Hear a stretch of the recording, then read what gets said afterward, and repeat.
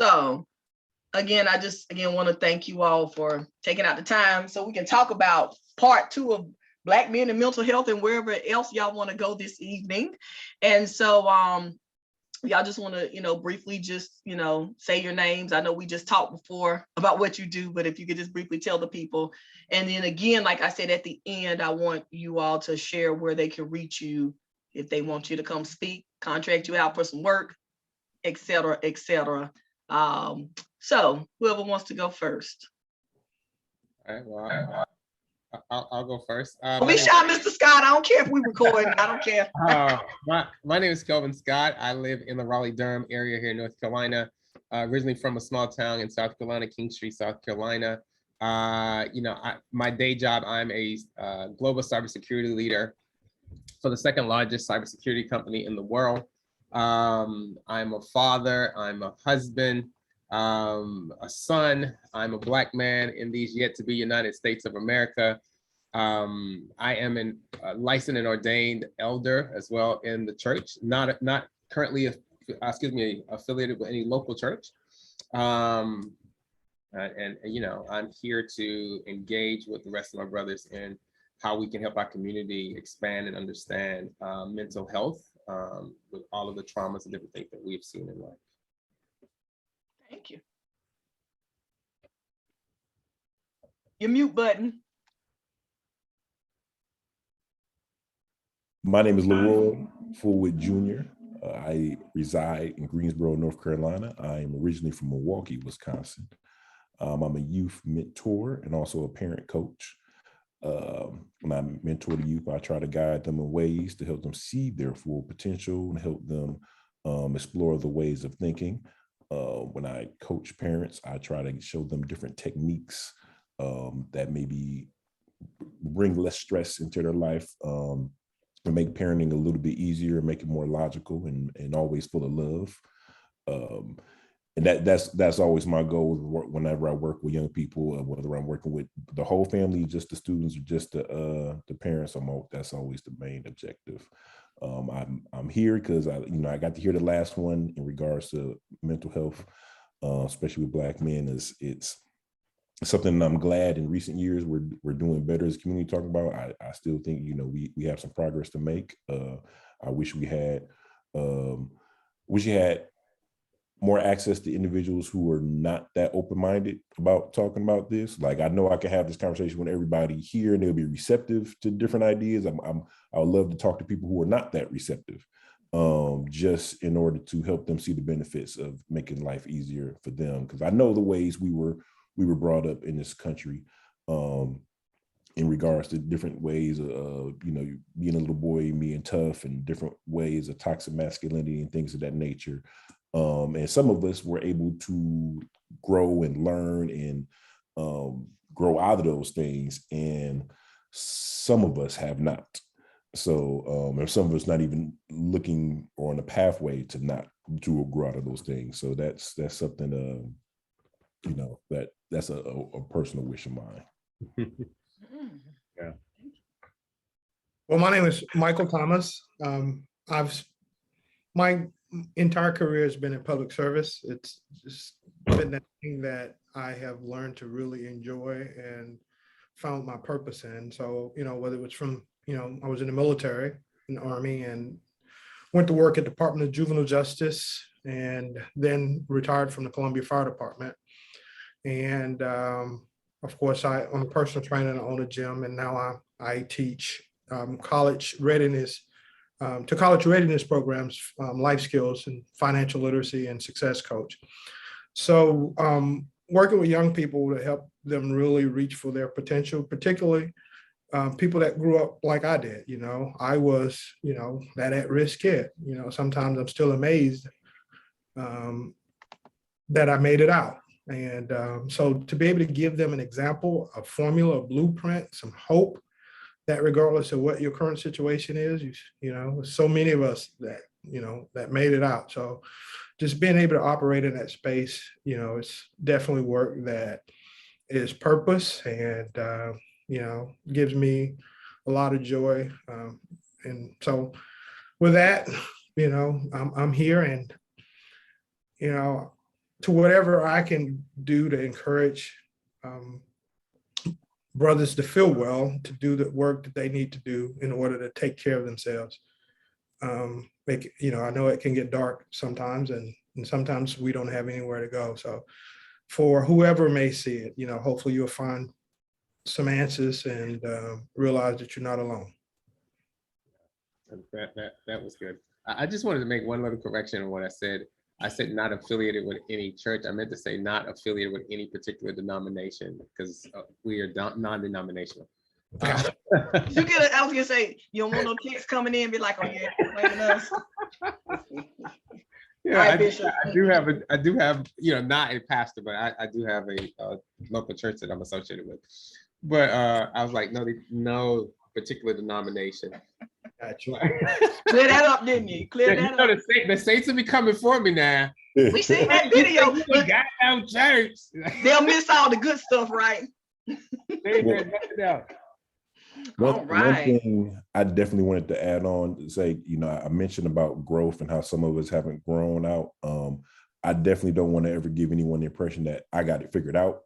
I feel like I'm better off than I was maybe a year ago, which is better off than I was 5 years ago.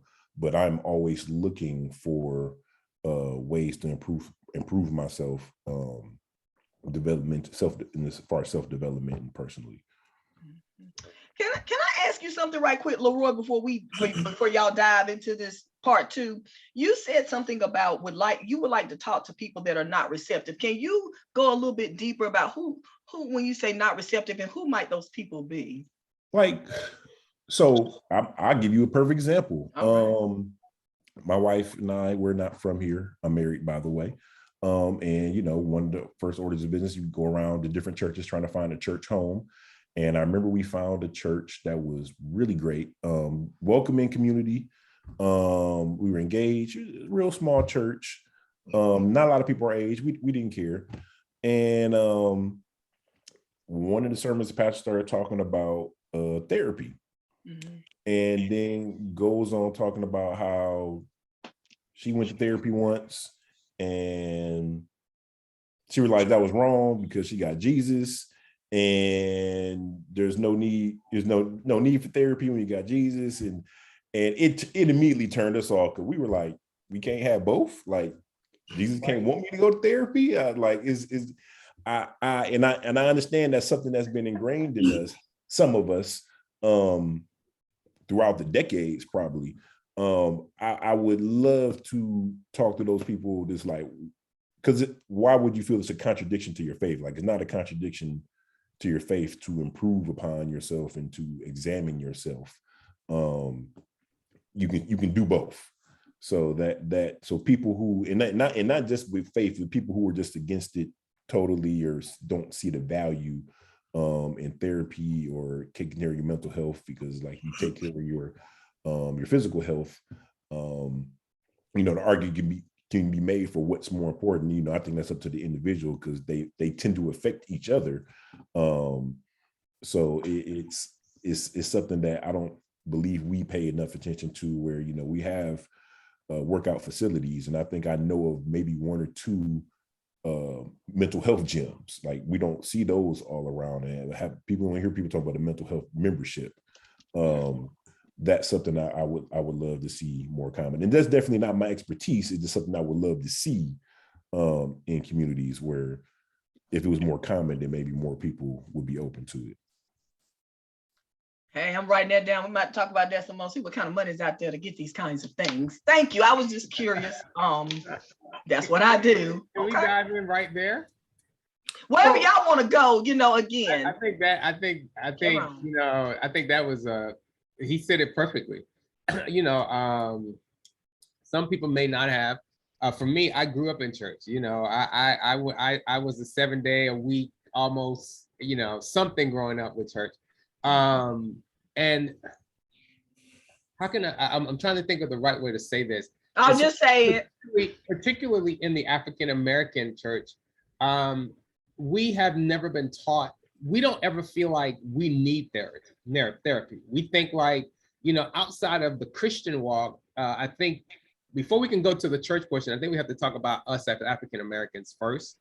because we typically, historically, we don't feel like we need therapy. Therapy, I don't need talking about it. I talk to Jesus, to your point. Or I talk to Big Mama. Or, you know, I talk to the fellas on the corner.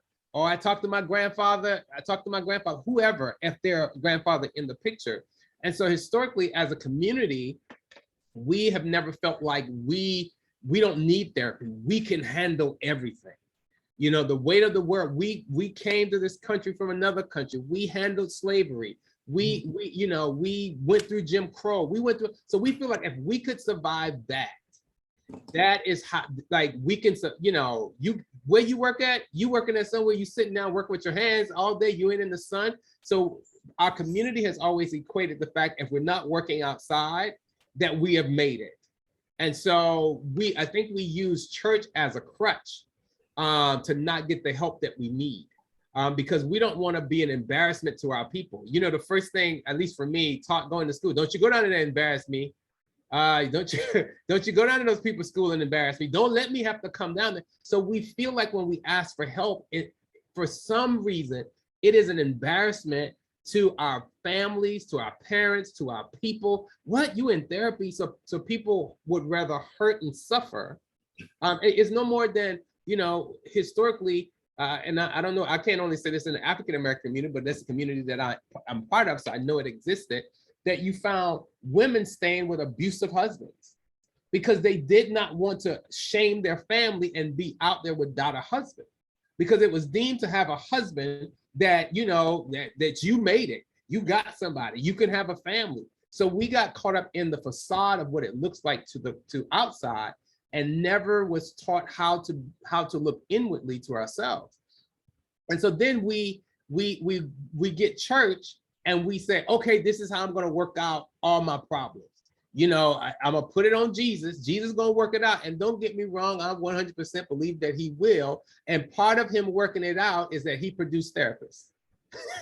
That's a part of him giving you the answer. He's saying, okay, go sit down with Dr. Johnson. Go sit down with Dr. Scott. Go sit down with Dr. whoever, and they gonna help you work out your soul salvation through through working out all the trauma that you've had in your life.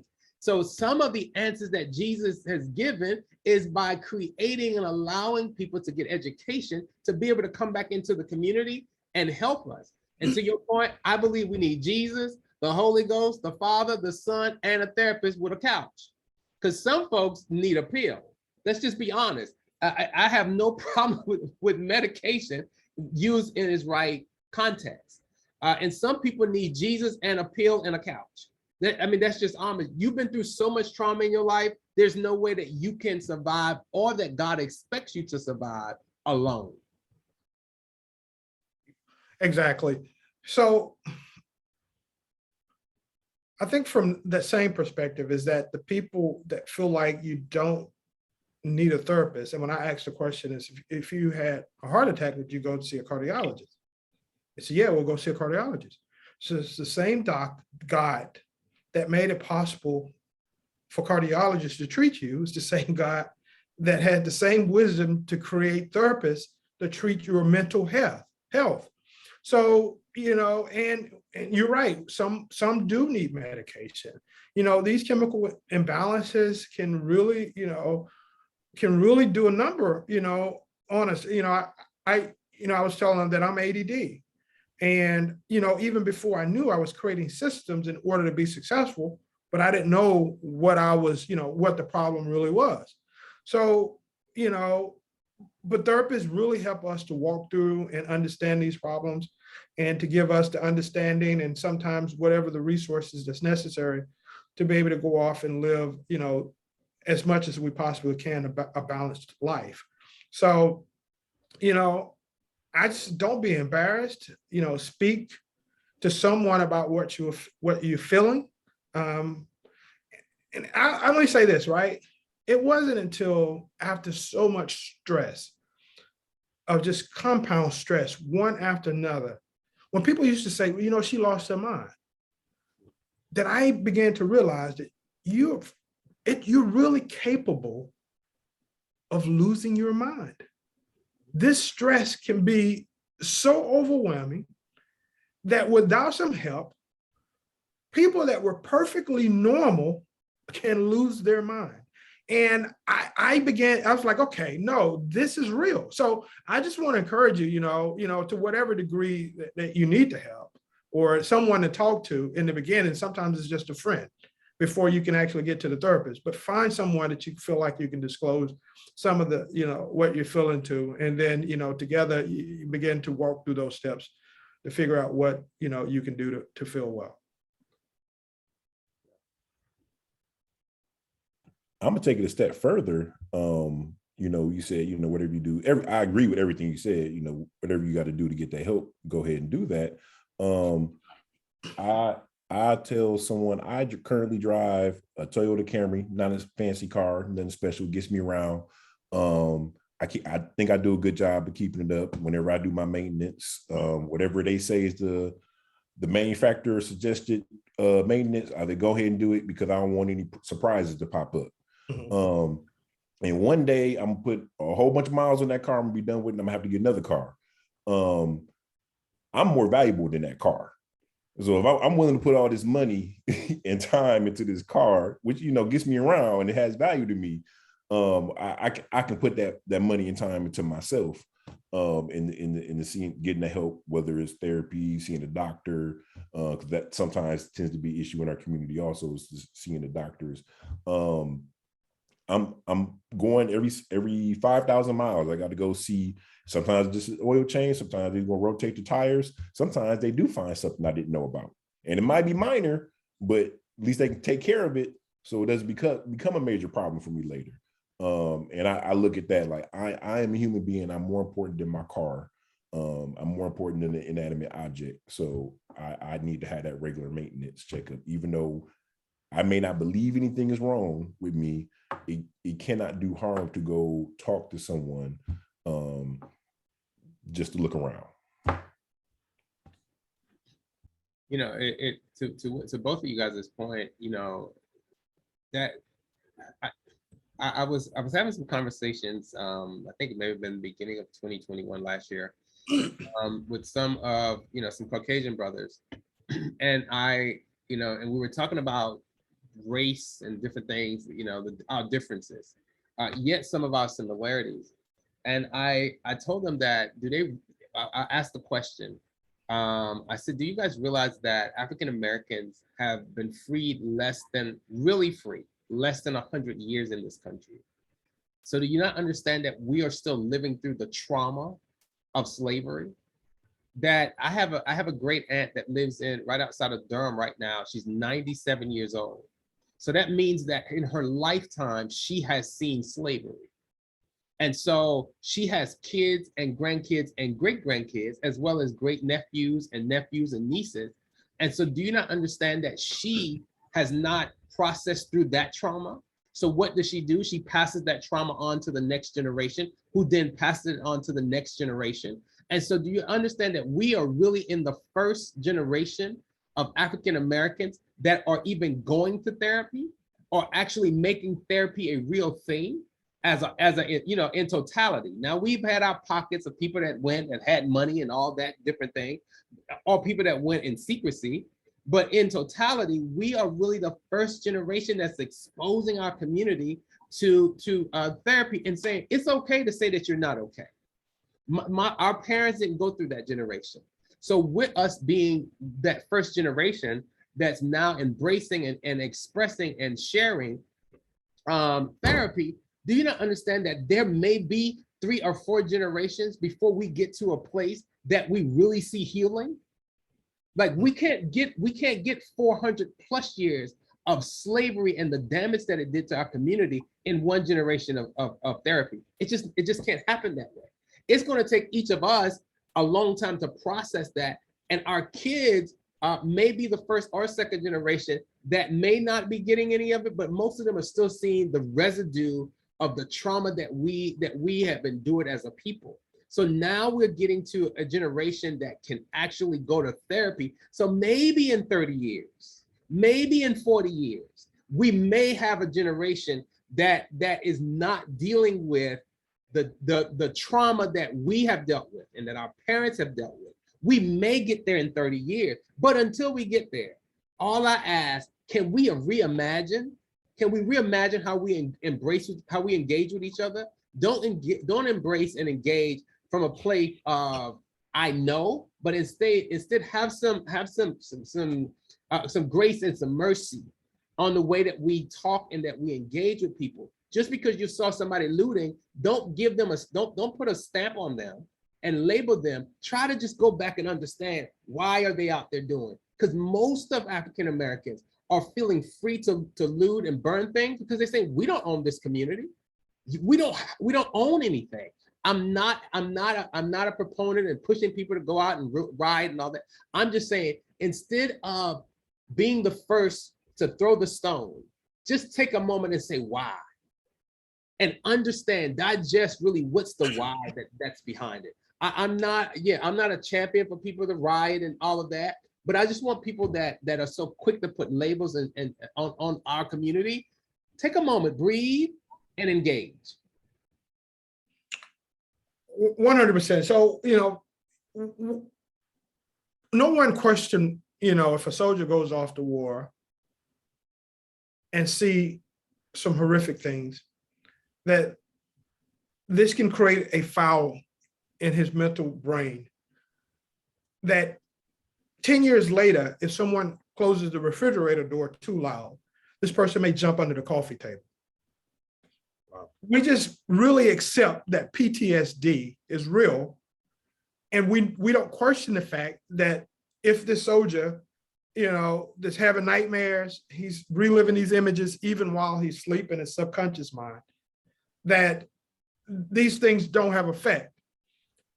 But regularly, I'm told, that was a long time ago. Why can't why can't people be more like you, Mike? I'm an exception. I'm blessed. But for every one of me, there was a lot of my friends that didn't make it. And I haven't completely made it. I have fumbled it along the way.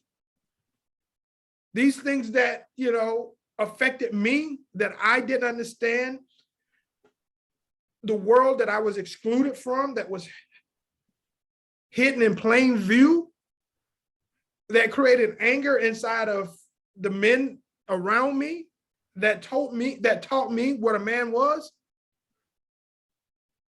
I passed these things on.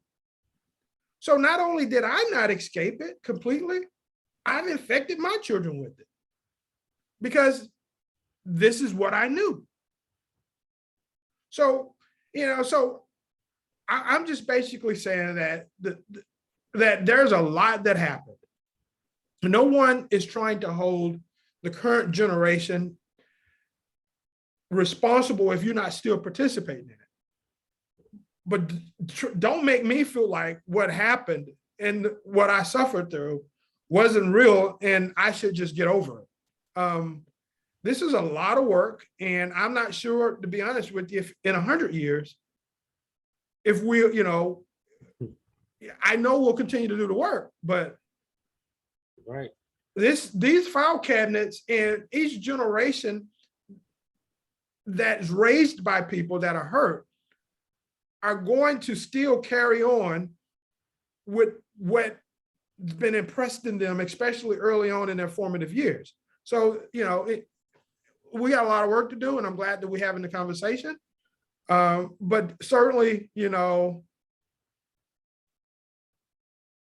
I look forward to the day that, that America can do a better job at just acknowledging the pain and not making us feel that it don't exist, because that's even more hurtful. Yeah. It makes you angry.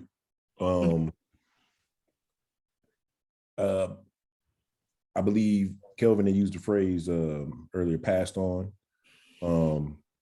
It's a few, the obvious ways we pass things on is sometimes, we have a certain culture and you raise your kids, things you picked up as a kid growing up, and as an adult, you pass those things on, those cultural norms and mores you pass on to your kids, and they keep going. And sometimes it's good stuff, sometimes it's not so great stuff, and sometimes it's on purpose, and sometimes it's just in you just pass it on. Not to get too much into the science aspect of it, but it's proven that, traumatic experiences can create genetic markers on our genes. So even if I, change my attitude 100%, even if you got a person who never even knew their parents, so they was raised with total strangers, they can still pass on trauma from their parents or their ancestors who they never met, because it's literally genetically there. And it changed the way that gene is expressed. So it's just amazing how because I think Michael said something about it was so long ago, and it's like it wasn't that long ago, because I'm like I'm 42. I know people who knew slaves. So I'm like, I still consider myself a young man, but I knew people who knew people who were enslaved. And I'm like, that's not that far ago. And then once you even want to talk about sharecropping, which was really just kind of, I ain't gonna say the same thing, but slavery dressed up. Yeah. With clothes on it. Slavery with a bow tie. So it's amazing to me. It leads me to believe people don't read some of the basic history when they say things like that. It was so long ago. Like, nah, it wasn't. It really wasn't that long ago. I've had the opportunity to meet 3 of the Little Rock Nine. I've actually met and had conversations with them, and they're wonderful people. And I was like, there were people I just saw in the documentary when I was a black and white documentary when I was a kid. Like, no, they're still alive. They're alive right now, adults who got kids and grandkids. It wasn't that long ago.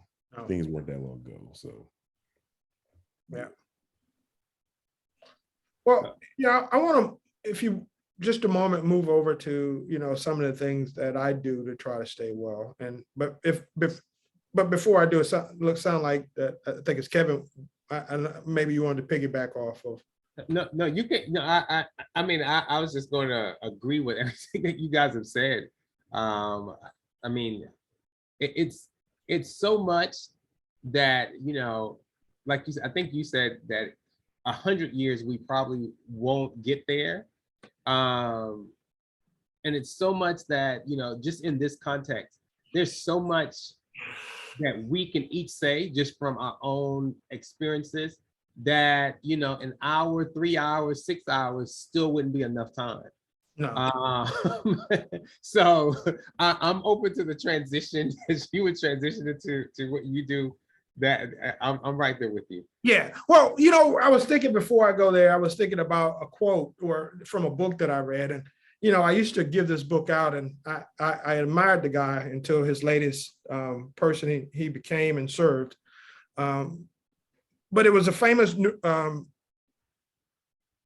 brain surgeon. And it was Ben Carson. He wrote a book a long time ago called Think Big.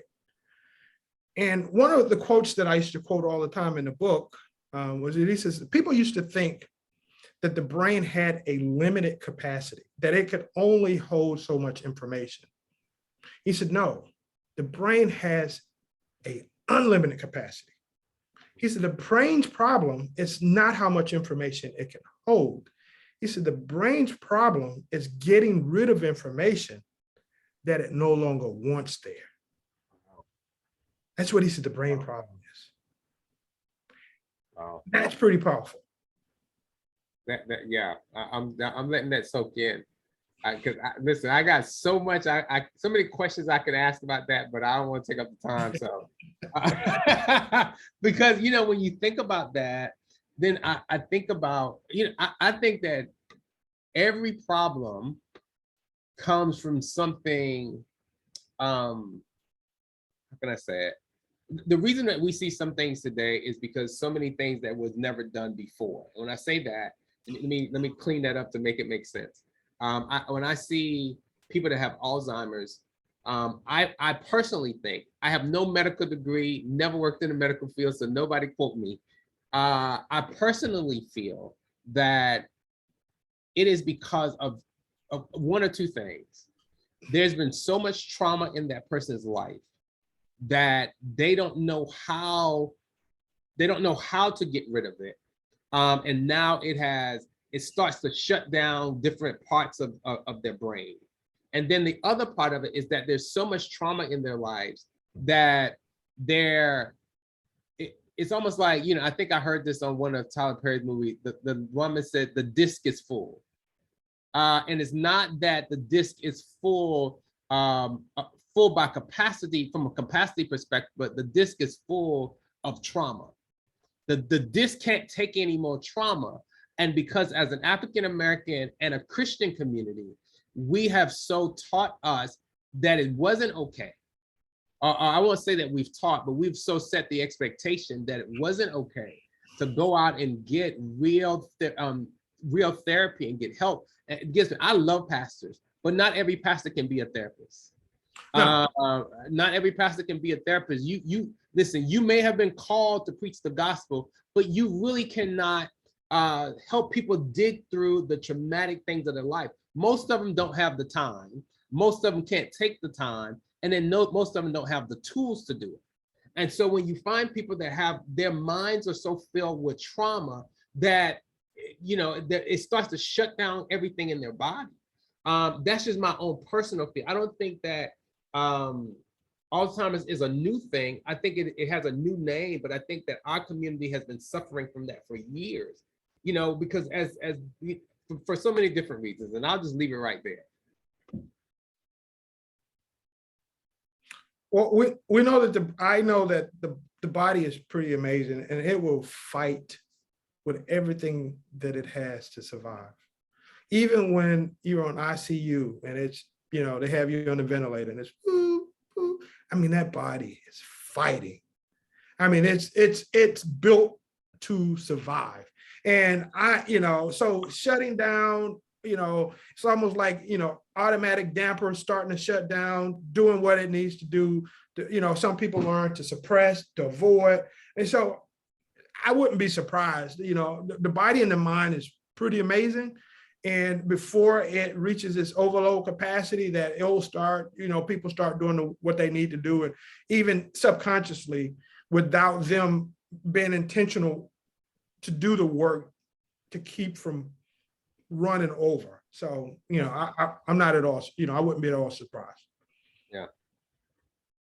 You know, I think something that you said, you touched on earlier, and you said, you were talking about the military, and you're saying that you see, you know, you go off to war and you see so much stuff, and you can't unsee it. I've seen it already. Things have happened I've had to do because it's my job. And I think from the same perspective, you know, as a community, and not only, you know, not only as a Black community, but things that I know for me personally, things that I've seen in the workplace when it came to women, and women being underrepresented and women being mistreated in the workplace, and women getting less money in the workplace. I'll never forget, and I've seen this in my lifetime, and I'm not too far away from your 42. I'm a little distant, but not, I can still see you in the rearview mirror. But I'll never forget, a colleague of mine said that she was listening. She sat close to her boss, and she was listening where her boss was talking to one of her colleagues who was married. And she heard the amount of money he gave him as a raise. And she said he was an underperformer. And I didn't doubt it because I knew him indirectly. He was an underperformer. He did not perform well. He didn't go the extra mile. He didn't do anything. And he just happened to be a white counterpart. But when she got in there and she's doing her raise, and he gave her much less, and she was a complete opposite. She had a higher degree. She worked on projects. She was more engaged. And he said to her, well, you're by yourself. You're not married. He's like, you know, this will be enough. And I'm like, first of all, how do you get to determine what's enough for me? But you gave an underperformer more money because he's married and has kids. And I've seen women repeatedly find themselves in those situations. So when I got into a place, this was always my promise to God. God, if you elevate me, I'll take care of people of color and I'll take care of women. And I don't say to beat my chest or pat myself on the back, but they're always my priority. Is that women, you know, like I said before, in the IT space, women are underrepresented as well as African Americans, as well as Latinos, as well as Asians. I know people think that Asians are overly represented, but they're not. They are also part of that minority group that's underrepresented in totality in the IT industry. I think African Americans make up 3% of cybersecurity. 3% of cybersecurity, and we definitely need to, one, understand it, and we need to be involved in it, because we are probably the most vulnerable, because we got the less money, meaning that we are now being protected the less. And so there's so many opportunities. My previous company, before I left, I pressed them along with our CEO, and I have to, they came to the table, but I asked them some very particular questions. I said, you know, my office was here in RTP, Research Triangle Park, North Carolina. North Carolina Central was 15 minutes down the road from us. North Carolina A&T is an hour up the road from us. One of our largest partner, which was Cisco, built labs in both locations, and yet my company was a Cisco partner. And we recruited at NC State, we recruited at UNC, we recruited at ECU. And so I asked the question, tell me, why do we have 2 technology and engineering school within an hour of our building and we don't recruit? And of course, I got the death stare. And I said, if we're going to be intentional about inclusion and diversity, you have got to. We've got to. And so we started working with A&T to create a pipeline of engineers that we could work with and create internships and co-ops with. But the thing is that there so many of us, when we get the opportunity to start broadening the spectrum, so many of us, this is not for everybody, but so many of us don't utilize our space to make it viable for the rest of our communities to come in. I get it, everybody can't come. Well, the ones that can't come, leave them out there. But at least make a space for the ones that can and are willing to make the changes and adjustments and get what they need so that they can come. If we're going to really focus on bridging this wealth gap, we have got to get our communities into these spaces that can happen. You know, college, I am a champion for higher education in college at 150%, but everybody is not built to be on a 4-year university. So mama, daddy, instead of spending that $100,000 that you've been trying to save or go in debt, think about reimagine another opportunity for them to be successful, and that could be in the IT field.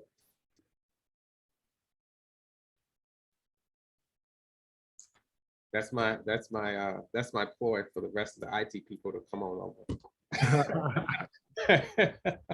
Well, I'm curious. Did anybody respond? Because I know you got the stare. Did anyone have any type of response, whether legitimate or not? I'm just curious. So our CEO, he sat up and he said, well, if we haven't, I will stand on the line and say we are now. And and our recruiting team and the VP of recruiting, they got into the game pretty quickly. And we started, and then COVID kind of hit. So we had a bunch of stuff planned. Then COVID hit, we had to pull some things back. But we still kept the doors open for the co-op and for the internship, which was a bit challenging during COVID, but we really tried to move that forward. Because I you know, one of my favorite quotes, and I'm actually paraphrasing it, Dr. King, he said, injustice anywhere is a threat to justice everywhere. And so I think that if we see injustice where our communities are not represented, and when I say our communities, I consider all minorities a part of our community, because we are all suffering.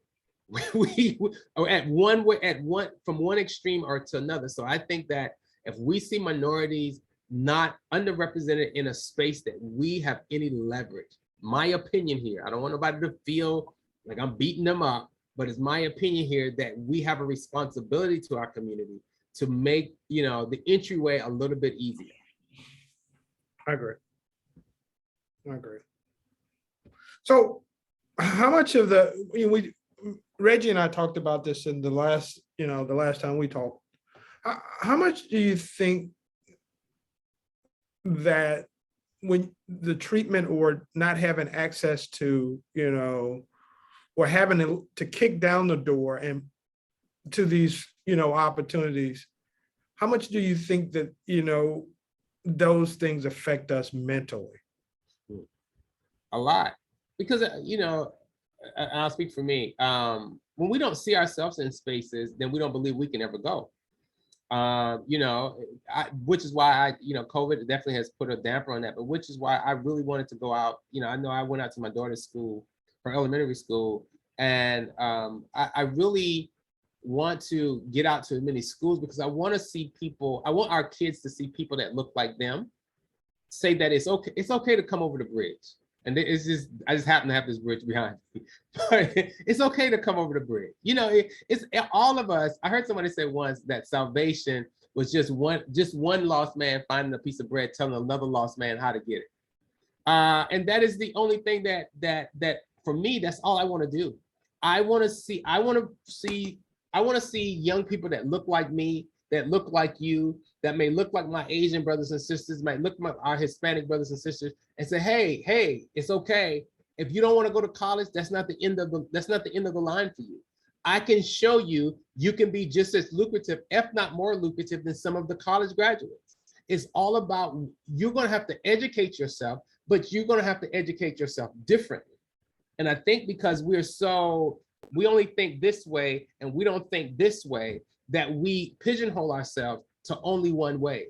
And that one way being, you got to go to college, you got to get a 4-year degree. And that's just not everyone's story. If everybody got a 4-year degree and we have no plumbers, listen, toilets are still getting stopped up. Right. And I'm not trying to be comical, but toilets are still getting stopped up. We still need electricians. And listen, electricians ain't cheap. I'm not even gonna get into my stories. I'm gonna leave that for another day. But electricians are not cheap. And so I think we have to help our community reimagine what education looks like. It does not have to be a 4-year degree. I just want you to be educated and be solid in what it is that you're doing. Like the work that you guys are doing around financial literacy, that's what we need. That should be a staple in this country in education. That should be basic education, that our kids know how to manage their money. They know how to come out of high school and know how to start a business if college is not their route. Can they get a business plan? Because listen, I love giving, and I don't have a problem with giving, but if I'm investing, I need a business plan. Like I'll give you and just say, baby, go ahead and let it do what it do. But if I'm investing, treat our community like we're real investors and educate our kids on how to put together a business plan. Teach our kids how to count their money. Teach our kids how to pay taxes. If they're not, if they're paying in Social Security, how to do that, how to have 401k, how to have 402Bs, how to have, stock options. Teach our kids how to do stuff like that so that it could relieve the pressure. We talk about this mental health. The part of it is the pressure of wealth or the lack thereof wealth. That's pressure. When you don't know whether you can pay your electric bill, and you don't know if you can go to the grocery store, and you don't know if you can put gas in your car, and you got 2 kids at home, or you got 3 kids at home, and you by yourself, that's pressure. That's pressure to think about the fact that my mama, Oh, he froze up. Keep moving us from one hotel to another. So I could, so it's so much pressure. Financial hardship is pressure for our community. And if we really look at it, I don't have any stats on this, but if we really look at it, I bet that is a large portion of the mental space, the mental health, or the horrible mental health that a lot of people are dealing with. And that's before inflation. Inflation has just made it worse. But when I was down in South Carolina about a month and a half ago, and I was going to cook my parents dinner, and I went to the store and I was so stuck because the pork chop was cheaper than the chicken. I said, what? Like chicken was always affordable, but I was like, man, like I can get 4 pieces of pork chop you know, more than I can get 3 chicken wings that's this big. I'm like, what is going on? So, you know, so to that point is that so many people are not in our situation. And I don't know your pockets, and I'm not trying to get into anybody's pockets, but most of us are okay. You know, we're not hurting for a piece of bread, and we can put gas in our cars pretty easily. And so, but that's not the story for most of our community. And so I think that if we can help alleviate or at least relieve some of the financial pressure, man, will we start to see people really get their minds right? Because it's not something that's beating on their minds. How I'm gonna feed my babies, how I'm gonna pay for, you know, pay for rent, how I'm gonna pay for electricity, how I'm gonna, you know, clothe them, and the list go on and on and on. So I think that if we can help close this financial gap, and I think that's why we've got to stop putting ourselves in position of entering into more debt. Like if you can't afford to send your kids to a 4-year university, those prices are going up every day, then don't feel horrible about yourself. You're not a bad parent. You're not a bad mother or father. And children, focus on making you better so that you can make it better for the rest of your family. But don't be under the pressure.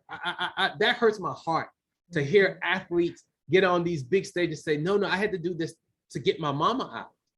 I had to do this, you know, I only could do 1 year in college because I had to get my mama out of the projects for my other sisters and brothers. Man, that breaks my heart.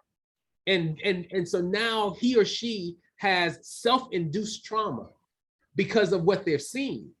And they cannot even live their life. So do they mishandle their money? Absolutely. Why? Because they're running.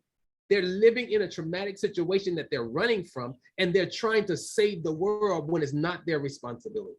Now I'm going to We're going to pass the offering plate round. You know, preach.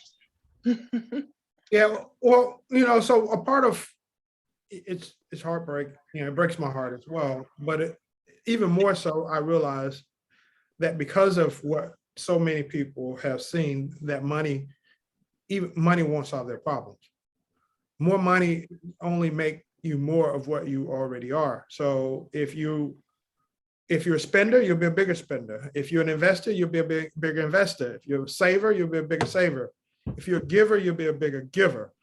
And what I see that breaks my heart is that people really have done, a lot of Black people have done the work to become professionals, and they make a lot of money. But because they have something to prove, they've overshot the target. And they make purchases to prove that they're no longer a slave, that forces them back into slavery. To the point that even though you make a lot of money, is that yes. So even from that standpoint, when we start looking at money classrooms, when we start looking at what's, you know, and how you handle money, even, you know, so there's, you know, just an example. Someone grew up, it was cold in a mobile home. They didn't have food. They didn't have a lot of opportunities. So they make up in their mind early on that life is not going to be this way for me. I'm going to have a good life. And they go off to create a good life. And a good life means that sometimes they buy the biggest house they can buy, the most fanciest car that they can buy. And so you're still running from that. And I was talking about fighting battles that you've already won because of what this condition of being hungry, physically hungry, did to the mental brain, that now you have to have the biggest steak that you can buy. So, you know, I wish, you know, that just getting more money to our people would actually make a difference. But under the current conditions, it would only make everyone else wealthy. Yeah. Man, you listen, you something you said there. Listen, I almost cashed after you an offer. Something you said there. that thing struck so good. Listen, because you said, I'm gonna try to recap it. I don't think I'm gonna say it as good as you said it. But when you started talking about us running and how what we do is we get money, and money magnifies who we are. And then we run off and get the biggest house, the biggest car, and then now we're back enslaved. There's two things, you know, you were spot on. You know, I always think about this funny scene in I think it was Barbershop, where said we were talking about reparations, and Cedric the Entertainer said, reparations. If you give every Black person in America $1 million, it's just gonna make Cadillac the #1 dealership in the world. And there's some truth to that. It's funny, but there's so much truth to that. And so the only question that I was going to pose, I love what you said, and you said we are already free. Pretty much we already have freedom, but we are still searching for it in our purchases and what we're buying. And the question that I would pose is, who told us? Who told us that we were free? There's to piggyback on what you said, there's so many of us that have never heard that we're free. And so we're living, our mind is still locked up as slaves. Nobody ever told us. You know, I remember, you know, I grew up with parents that are 70s parents, so they still watch the Jeffersons and you know, all of them shows. And they were when the Jeffersons hired Florence, and she, you know, she came in and she said, "This your apartment, and this your apartment, and you got an apartment upstairs?" She said, "Well, when did we get free? And why ain't nobody told me?" That even that was a funny scene in the 70s, it is still a reality today. And that's why what Harriet Tubman said, that she would have saved more if they had known they were slaves. Man, and back to what we talked about, the trauma. We Right. have still so traumatically, we're still so dealing with the trauma so much that most of us don't know we're free. But so when we take a look at that and how that happened, then I'll give, you know, make sure that I share the table. Is that it's going to be hard to watch everyone, like on Christmas as a slave, right? Have this best Christmas and you have nothing and not feel inferior. But even to be forced to go to the back of the bus or use this water fountain and not feel that their ice is colder. So these things, these impressions on what it is to be somebody is symbolized in having these things that was kept, you know, out of reach.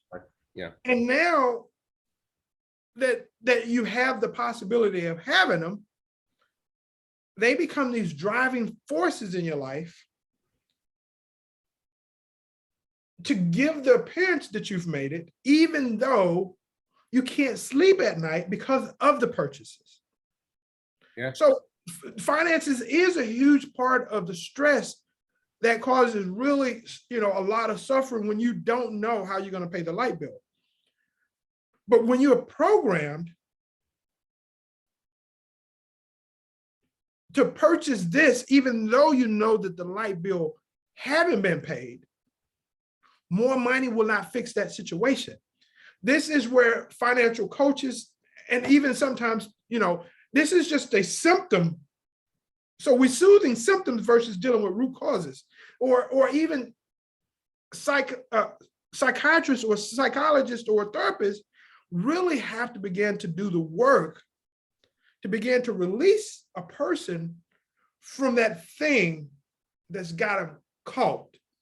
And this thing, unless you get the help, will kick your butt your entire life. Yeah. So I agree with what you just said. So because, well, all three of you, I guess, kind of work in this space of financial literacy.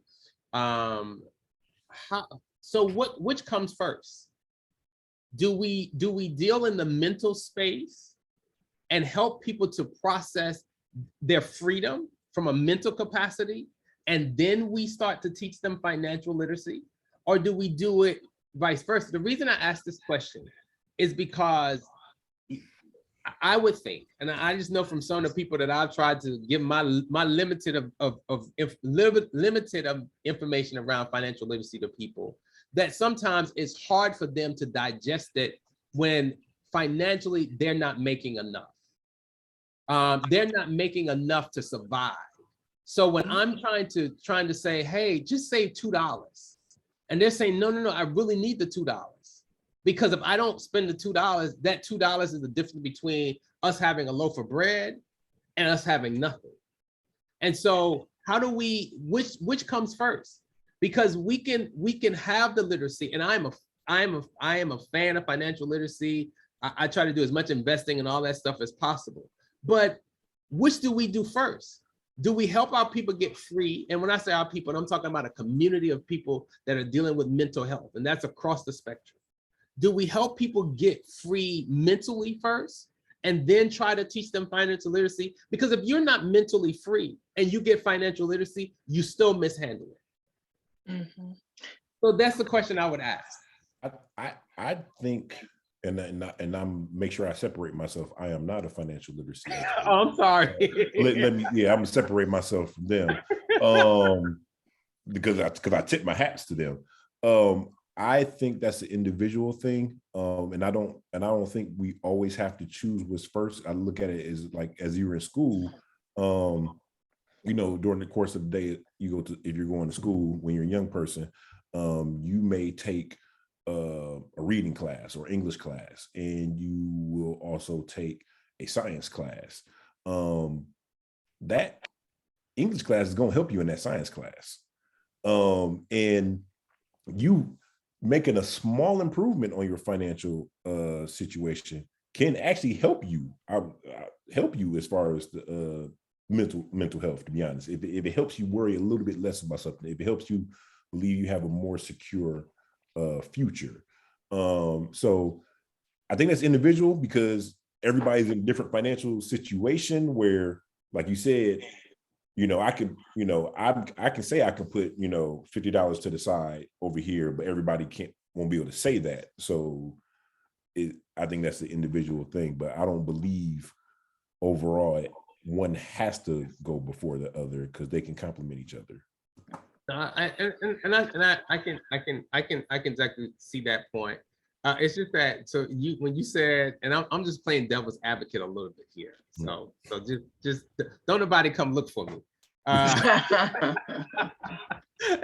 But so when you said that, I believe that yes, you can take a science class and an English class all at the same time. But if you don't know how to read, none of the classes helps you. So reading is the first step. So that's why I asked the question, is that because I think that getting our mind free then now is our reading step. It's the step now to help everything else be applied that we may learn or that someone may teach us. Right. That's just my. Well, it depends on who you're dealing with. All right. So if you're dealing with a adult that is taking on water, then we got to shoot the closest enemy. We got to get them stabilized financially, which sometimes mean more money. But in that person, I say we need to do both. We need to get more money, and at the same time, we need to prepare you to be able to handle it. So in that situation, we need to do both. If you're dealing with a teenager, we can start to give them some financial literacy, and hopefully by the time they start to earn money, they know how to operate. But by then they have already established money classrooms that you're going to have to, you got to go unlearn some stuff by the time you become a teenager.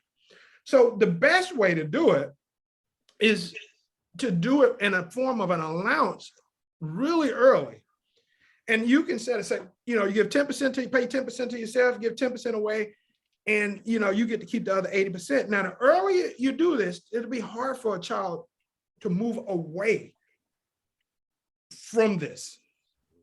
So that's the money classroom, where you have intentionally, as a parent, from as early as they can start to receive this information, you have already started to teach them financial literacy.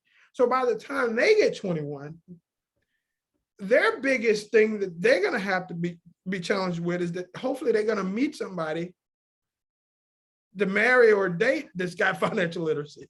Hmm. That's where their struggles.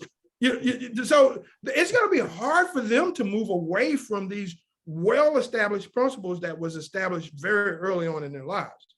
Yeah. So it depends, on who the person is in terms of how you begin to tackle this issue. But it's definitely not having enough or living in fear or squirrel mode. And squirrel mode is when you see a squirrel on the side of the road running back and forth and you just don't know what to do until it just run into the car. I mean, that's a very stressful way to live. Now, the truth is, money is everywhere. There's no shortage of money. We watch money move around the globe now faster. I can cash out somebody in Europe $100, they'll get it in 60 seconds. What we need to open our young people's mind up to is wealth awareness. Yeah. And they began to say, I asked a person, what do you work? I remember at a conference, I asked a young man with a master's degree, what's he worked an hour? And he said, best day, probably $50 an hour. I mean, that's a whole nother subject, but, but when you begin to raise, so I teach young people, don't work to be successful, work to increase the value that you bring to the marketplace. And if you do that, then financially you will be successful if you then know how to handle money. So sometimes we go directly after it when, whereas if a person make only $10 an hour, he has to work $100 to make $1,000. But just by doubling that to $20 an hour, you don't have to work 50 hours. If you make $100, you only have to work 10 hours. So if you find someone who find the work that they love, that make $100, $200 an hour, that gives them capacity to pay their bills and enjoy life. They're probably going to have vacation time and sick time and Medicare. So it's like you have to find a way to add value to yourself that the marketplace need that will pay you enough first to earn a living wage, and then enough to be able to save for retirement, short-term goals, have some guilt-free spending so that you can enjoy life, and then enough to give some away. In order to make enough money to do all that, you got to go do something to bring some value to yourself that's appreciated. Now, and because you're working in purpose, see, I no longer work for purpose or money, I work for purpose. There's a great deal of satisfaction that comes from that. That even when I don't feel well, I feel worthy that I'm contributing, which gives me a feeling of something to tap into when I mentally don't feel my best. Oh. Maybe. I'm gonna jump in because I know I wasn't saying nothing, and I guess I lied because that was my intention. But since I'm gonna piggyback off of something Michael said, Kelvin, since you asked, this the space I play in too. It's a valid question of what do you deal with first? Like I said, Michael just pretty much said it, but I'm just going to. I literally have to assess. I have clients where I have to do this, like literally, like it's just a symptom. If they're having money issues, it's a symptom of something else. So I literally, with my clients, it's never, in the end, I'm talking about, okay, what your next steps need to be, but I float between coaching and consulting, where it's the coaching part becomes, okay, what are some challenges that you're having when I'm doing the check-ins? Well, they don't have time. Well, what made you fall off the wagon, so to speak? So, okay, maybe this person is a caregiver. Maybe they're taking care of their parents. They live with their parents. They got children. Maybe they have a spouse, or maybe they don't. They have all these other things going on. And so a lot of times I got to sit there and listen to that. If I really want to, and again, not saying everybody that deals, works with people with money management have to do this, but for me, those are the barriers, right? So for me, I have to, find out what the challenge is, so I can say, okay, well, when can you make some time to do this? When would be the best time? Okay. Oh, you got health issues too. Are you taking your blood pressure? Checking your blood pressure. I have one client where, she was so busy, she's a diabetic, some other things. So I had to look up some places where she could get food prepared, you know, those places where you can get your meals prepared in advance that are healthy, all this stuff. I'm not a health coach, but again, your health is your wealth. So again, all those things tie back into why they're not managing their money, why they have me to help them be accountable. I'm no marriage coach because, you know, that I ain't married, but that even that I have some couples that I've had to work with where it's like, y'all still individuals, y'all married, but you still individuals, y'all still got your own beliefs around money. You still got your habits, good or bad. Okay, let's explore those things. So getting to the root of that, there are some people who have trauma around money, you know, they've been taught that money is evil, you know, they'll misquote the Bible. So for me to get them to that point, I have to ask some questions to see what the barriers are. And that's really where, you know, again, I don't spend my whole session talking about that, even when I'm working with business owners, and I have to take them back to the money part. What's keeping you from getting here? And it's all that other stuff, which is why I brought in Leroy and Michael and another person with this program that I pulled together, because the question was, this is important what I'm doing. So why aren't more people reaching out even when it's free? Because it's not costing you. I've tried it both ways. To say, I need people like Leroy. I need people like Michael to come in. I don't do what they do, you know. But again, it's necessary. So instead of me leading up front, let me bring in these men to be able to address these things. So I can slide in the middle. And maybe by that time, they've already started working on the other things. Anyway, I ain't gonna say no more. I'm trying not to. So, but yes, it has to be in my work. I'm having to do both. I'm not trying to be a counselor, but I am asking the questions. And then sometimes people so heavy laden, they just come in and lay it all down anyway. So then I can't just say, well, let's just get to how you need to manage your money. On the flip side, if they're not making enough, then I do talk about how do we generate it, you know, because if you ain't got it, you ain't got it. So how can we generate? How can we stop the bleeding? That's my thing. Let's stop the bleeding. Do you have bad habits, or do you need to generate some more money, or is it all of the above? So there are some assessments that go on there, and maybe that's the sociologist in me. But if we really want to come up with solutions, then we have to really understand that. That's what my dissertation was on too. So understanding why, so we can come up with these solutions, and we bring everybody together. Some everybody don't care about the why. They just, you know, let me help solve it. That's great. You know, I'm in the middle where I'm sort of weaving it together on both sides. So anyway, it's about the men. Let me hush. So really quick, I'll tell you a health, I'll tell you a story on finances and mental health. I was talking with this guy, and I love to know people's backstory. Really successful in business, really hard worker. It's like, where did you own several, he owned a lot of real estate. It's like, where did you get your drive from? He said, my dad. He said, even though I was in college, my dad, he said, he wouldn't give me no money, but he had a lot of money. He said, now, my dad gathered a lot of money, but he wouldn't spend it. Why? He told me the story that his dad was so hungry as a kid, while they was working on somebody's house, and his dad was eating the dog's dog food. Hmm. This created something inside of his father. I'm never going to experience this again in my life. And even though now his dad is a millionaire, he still lives, because money has become this security. He still lives like he makes $30,000 a year and would not help his son that was in college. He's like, you got to go get your own. So he got his drive and determination from his father, but sometimes that's when we overshoot the target. We go, we let this thing. So it's not just not having enough money. There's people out there that have money that can't spend it because they've been so affected by and hurt by not having it.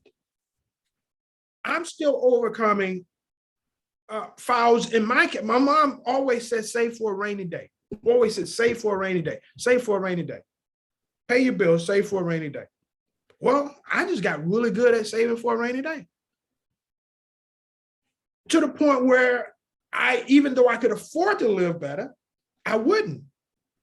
Now I am breaking loose and like, I'm going like, hey, mama, my mom's, she still runs my life from the grave.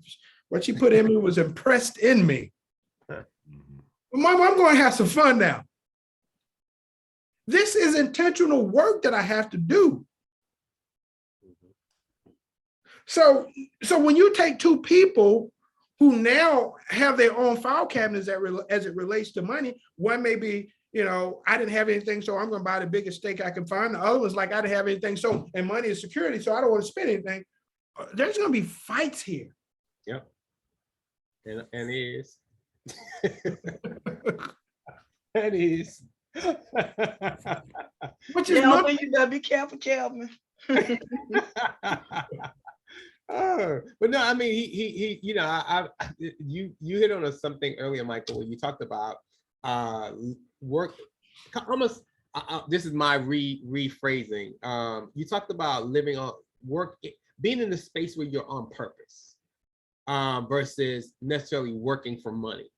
And so I started thinking about, kind of like what we've been talking about all night in parts. I think that we have to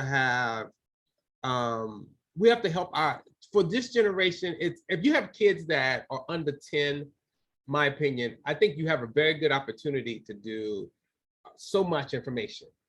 And when it comes to financial literacy, I mean, teenagers can learn it as well, but most of them, they're in their own way. So, that's a whole nother story.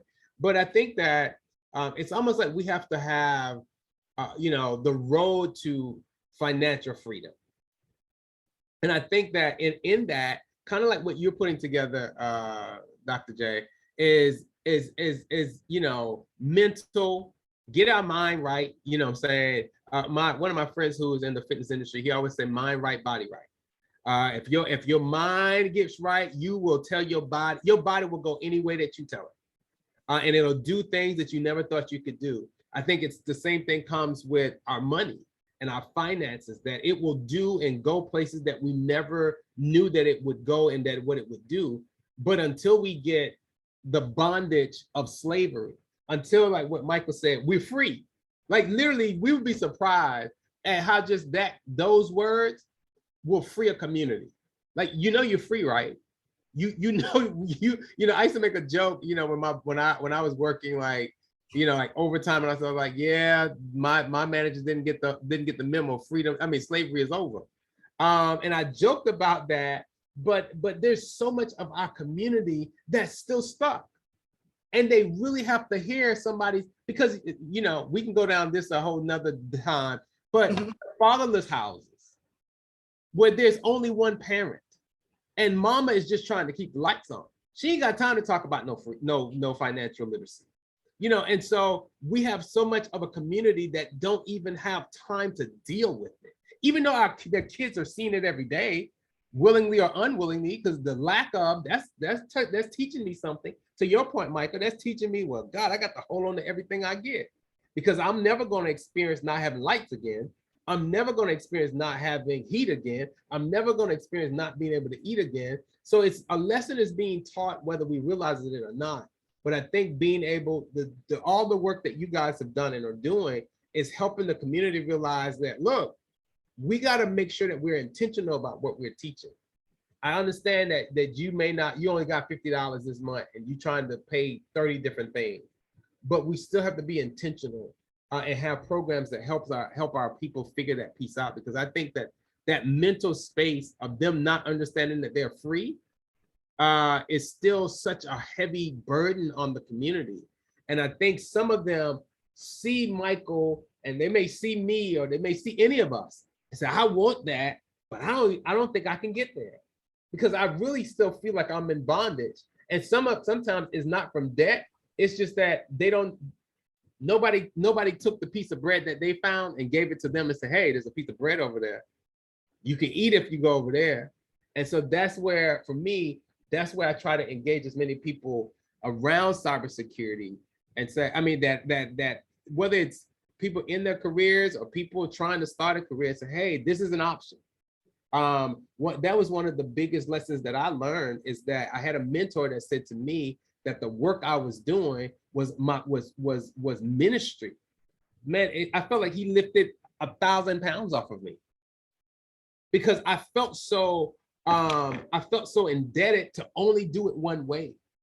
And he said, no, don't you know don't you know that you're God's voice in the earth and you're God's voice on that job or in that space? If we're going to have these spaces, don't you think and know that God got to show up? God ain't gonna let nothing exist that he ain't a part of, that he has some presence in. And it was, I mean, a ton of weight came off me by him saying that. And I felt like I should have known that, but I didn't. And that literally just happened about 8-9 years ago. That him saying that to me freed me. And once he freed me, I was like, well, I'm out here now. I'm out here in these streets now. But he had to tell me that. And I had been around so many great people that wanted to utilize me for other things and in other ways that never told me that. Maybe they didn't know. I don't know. I'm not holding them hostage to that. Listen, I'm cool with them. But the thing is that I'm happy that God sent somebody that freed me and gave me that. What was to them so small, they gave me that freed me. When in so many capacities, I was not free to look at ministry in that capacity. Y'all been at about an hour, y'all. What you want to do? It's up to you. Listen, this conversation can go on until tomorrow, but you got to. Will there be a part 3? Will there be a part 3? Oh, I'm about to wrap it up. Is that what you're saying? I might have to cut y'all off. You go because we'll keep talking. Yeah, you might have to. It's like being at the cookout. Nobody want to go home. Leroy, did you want to jump in? Were you going to say something? So earlier, and it was way earlier. Michael, you started to mention. I believe you were starting to mention what you do to take care of yourself as far as I do want to offer some solutions. Okay. Yeah. So if we could talk about that. Well, I since I brought it up, I'll say I am once upon a time, in high school, back in the day, in another life, I used to love playing sports. Just the physicality of it. And, I was always open, whatever somebody was like, hey, you should try this. I'll do that. A lot of those sports I can't do anymore. Or I won't say I choose not to do. I won't say I can't do. I just choose not to do just because I don't want to feel that soreness. So in 2019 or 18 or 19, I got into cycling, which is great for me. It's really huge because I'm not fast, but I can go for miles and miles and miles, and it's the only time that I can let my mind go blank. Just enjoy the scenery because I ride out in the country. I live in Guilford County, but I've literally have gone to every surrounding county on bicycle. One time last year, May, I actually rode from here to the Danville Mall in Virginia. Just because I'd never been that far before on my bike. It's a physical activity. It's for exercise, obviously, but it helps the mental health aspect for me greatly. It is really, really, really, really huge. And, I think once upon a time I used to play basketball. It's a little less stressful. No matter what, it's a good ride. Like I don't have bad rides. Like you play a game, you can have a bad game. I can miss a bunch of shots and not feel good about that. But I always feel good about my ride because no matter what, I'm accomplished. I want to ride 12 miles a day. I ride 12 miles. That's not a problem. And the benefits mentally and physically are always great. And I also like to do breathing exercises. This focus on different things and trying to clear my mind because we all are busy people. We all have a lot of things going on, and sometimes it doesn't seem like it's enough hours in a day. And sometimes we just got to stop and pause. Another thing I've recently done, I know I need to do it more. Every time I get in the car, I'm listening to the news. I turn on the NPR, just keeping up to date and everything. I'll just go a week and I won't listen to any news because even though I find it informative, it's a lot of not great stuff in the news. So, and I think one time I did an experiment. I was like, you know what? If anything really important happens that I need to know, I'm pretty sure I'll hear about it from somewhere. Let me just get in the car. Let me just listen to some music. Just listen to music every time I'm in the car. And I noticed an improvement just for a week of doing that. It was a large improvement because sometimes the news can be a lot. To be heavy. Yeah. Agreed. Well, I'm going to piggyback. I ride as well. And, sometimes when I get on the phone with Dr. Johnson, I'll be like, hey, I'm about to go burn off some energy. And what she's come to understand what that means is that one is, so when we think about exercise, but I also want you to think about stagnation. When a person has stopped moving, stopped growing, when you think about water, stagnant water, nothing grows. It's got odor, mosquitoes, water that flows. So a part of me taking care of myself is movement. I go hit the gym. I get on the bike. I ride hard. I ride in the woods. So I don't trust them cars out there. So I'd mountain bike, man. I mountain bike because I don't want to be out there with them cars, right? But the thing about mountain biking is you have to be present. Oh yeah. The terrain yeah. The terrain is changing, the trail is changing, you have trees. You can't be thinking about the past. You can't be worried about the future. You have to be present because I ride hard and I ride fast. And there's a part of me that when I'm riding hard and fast, it feels like I'm riding away. I'm leaving things behind. So I'm moving, So, but actually getting movement in, getting enough sleep, That part. getting enough water, hydration, blood sugar drops. We know what happens when you have too much sugar in your blood. We know what happens when you're hungry. I don't feel well. Not only do I not feel well physically, mentally, my optimism drops when I become hungry.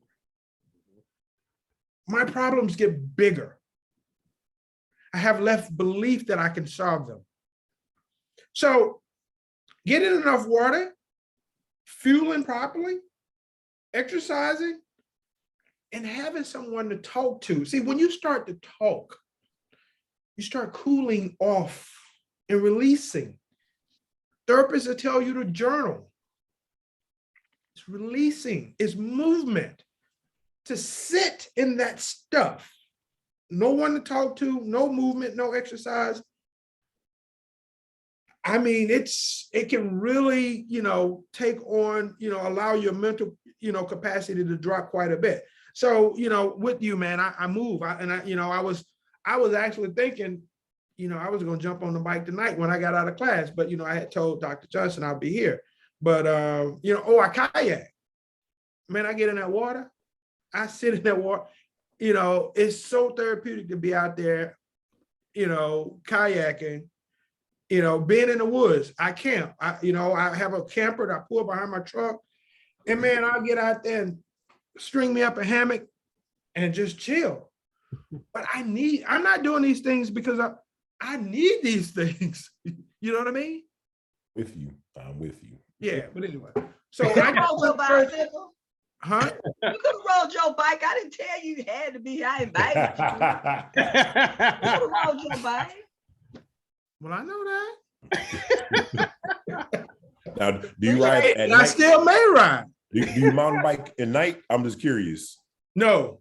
Oh, Listen, I was about to say, but listen, I don't listen. You grown, but I was like, I don't want I'm you thinking to the same thing. I was curious. I'm not a mountain biker, and I rarely ride at night, but I have, and I found that way more peaceful, and I felt safer. Surprisingly, I felt way safer at night and in the daytime. So we have some lighted trails Okay. down by the river here. There's some paved lighted trails. Okay. Okay. Yeah.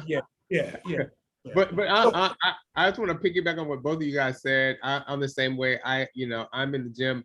Dr. Johnson knew me once upon a time when I was probably close to 200 pounds heavier. So, and that's been over 20 years ago. But so my freedom is listen, I'll get out and I'll go walking. I'll go hit the gym. I'll go take a class. I'll go do something. I don't mountain bike or ride long distance, but I got me a nice great Peloton in here that we get to the end. Now I may go jump on that again tonight before I go to bed. But I'm right there with you. And sometimes people want to go with me, and I try not to be selfish, but I have to be, because I'm like, no, like you can go with me, but I'm gonna have on my ear pods because I'm listening to a book. I got Bishop Jakes on. I got music on, something, because I gotta escape, because listen, it helps me deal with everybody else and everything else. And so I'm right there with you guys where we talk about solution. There's a book, and this woman ain't giving me no money, but her book has been a blessing to me and to some of my family. It's called How to Overcome Anxiety by Anna Barnes. It's not an expensive book. It's like $8 or $7, I think. But let me tell you, some of the stuff in there is when you read it, you're gonna think, man, this is common sense. It is, but you didn't think of it. I mean, there's been different things that I've read, and I'm like, you know what? This is so common sense. But again, needing to hear somebody else say it, or needing to read it, and making you pause for a moment and digest that. It could be something simple like, stop talking to toxic people before you go to bed. Yeah. And you're like, you know what? I know that. Why do I keep talking to cousin Tootie? And she got nothing good to offer me. Got my blood pressure up, and I even got high blood pressure. I gotta cut out cousin Tootie at night. I gotta talk to cousin Tootie, on Tuesdays at 2:00. Mm-hmm. I can't talk, or just little things. And I'm making up some stuff here, but just what's the author name again? Anna Barnes, ANNA, and her last name is Barnes, BARNES. So I think you would appreciate this one, Pastor. Okay. Don't call me no pastor. He's the bishop. No, don't put that out in these streets. I've been calling you bishop for years. But go ahead, I'm sorry. So praise and worship. You can only be present if you actively praise and worship. You can't think about the past. Yep. You can't worry about the future. Why he got to put me in the church? Because now I got to say something church. Oh, hold on. But you said something, right? That somebody said something to you that released you. Yeah. So the Bible says, in all of your getting, get what? Understanding. Understanding is powerful. Yep. And so that's what really, so what I'm doing is giving people information. I'm giving them understanding. And it's like somebody gives you a handful of Tylenol. Yeah. So it's understanding. And so what we're doing now is you recommended a book. We talked about biking and working out. We talked about praise. What we're giving is understanding. We share. So when somebody says, you know what, let me try that. And we're giving testimony as to how these things work in our lives. Yeah. Because it's hope. Because it's hope. Yep. Sometimes what we need is hope. Say that again. Man, that's it right there. Like you said, we're giving, I know I've heard people say, knowledge is power. And then a mentor of mine corrected me. He said, no, knowledge in action is power. Because just to have knowledge, you ain't got no power. You just got knowledge.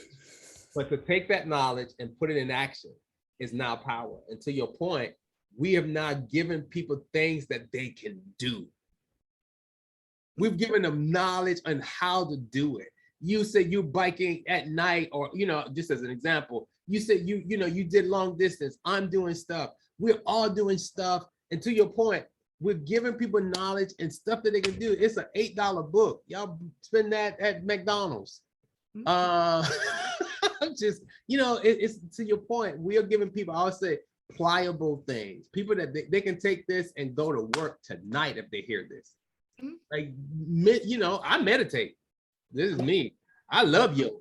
And for all of the saves, I don't want to hear your take on yoga. That's your business.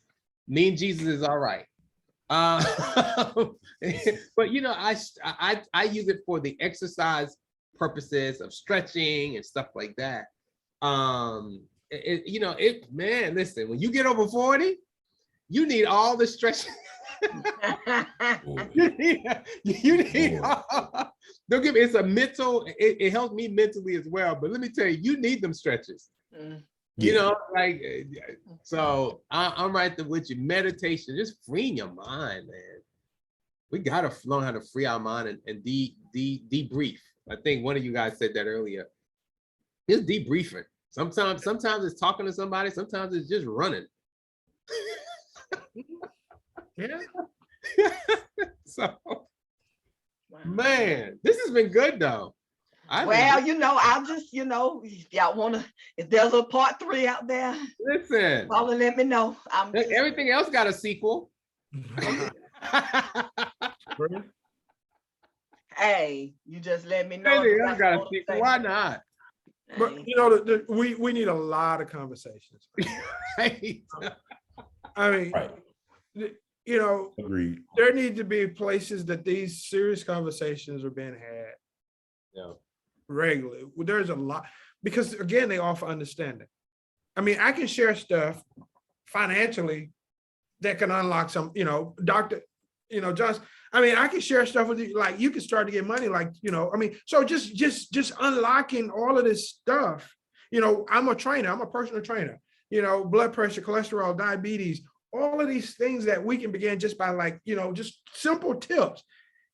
It's not earth-shaking stuff, but if we do the application work, we'll be amazed at how these things begin to change our lives. So, but we really need, and one of the reasons why, Dr. Johnson, I was intentional about being here, because I know that we need conversations.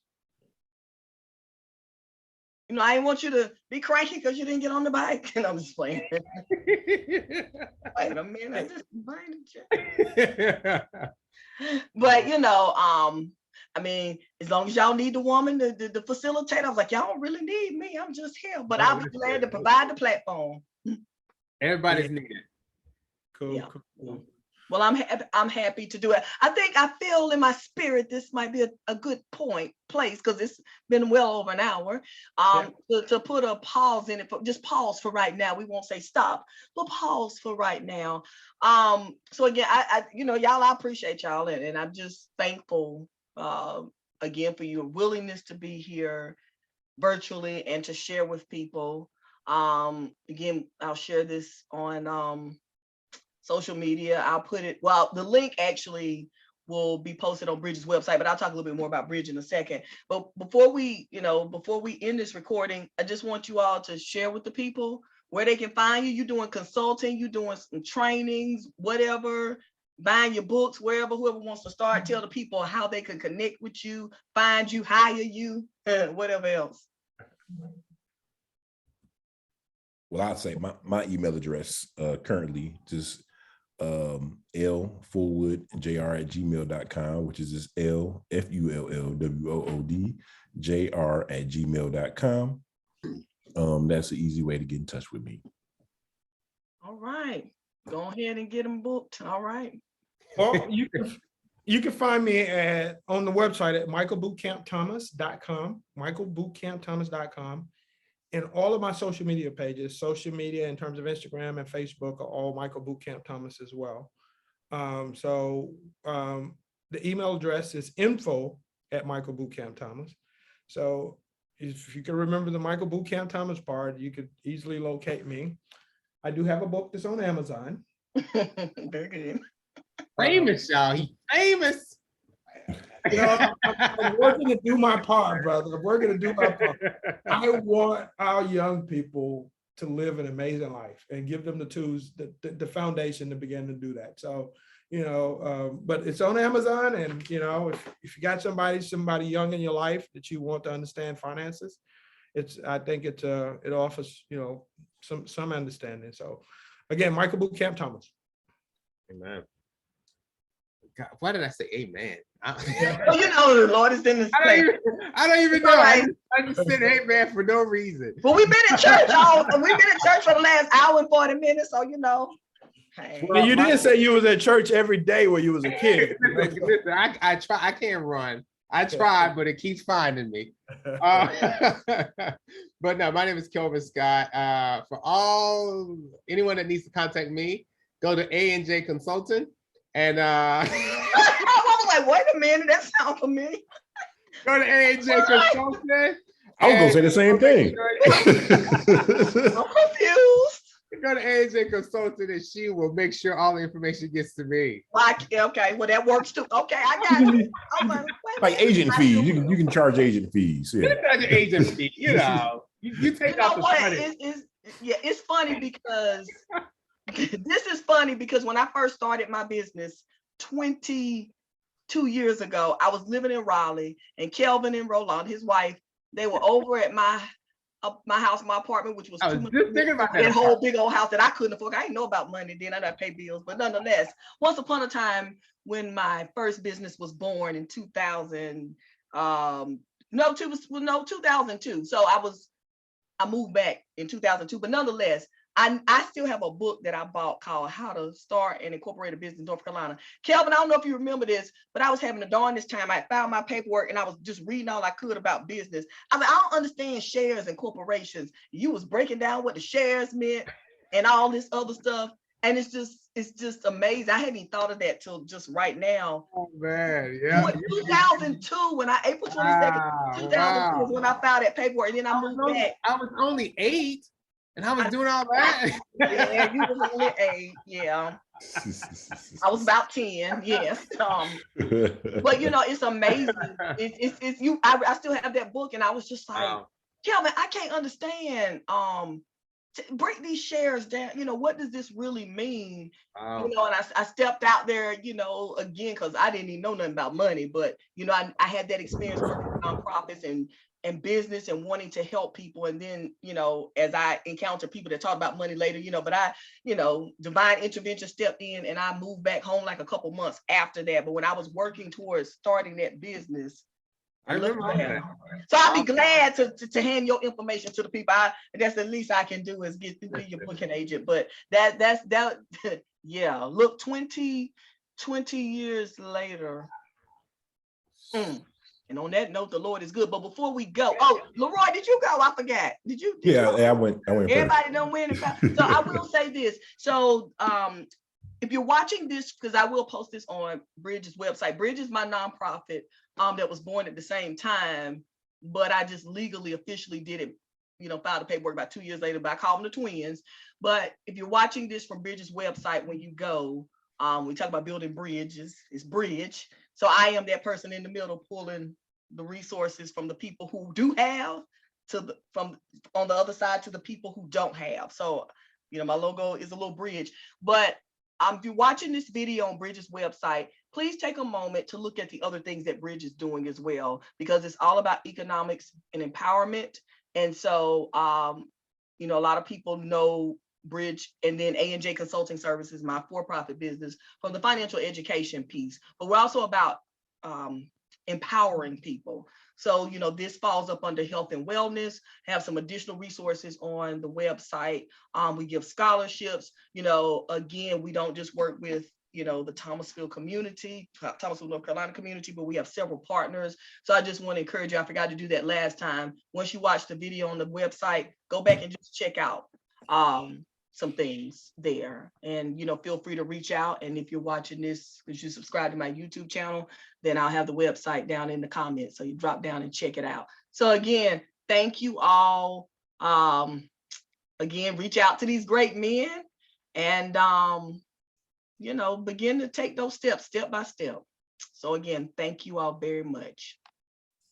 Thank you. Everyone have Thank a you, great thank you.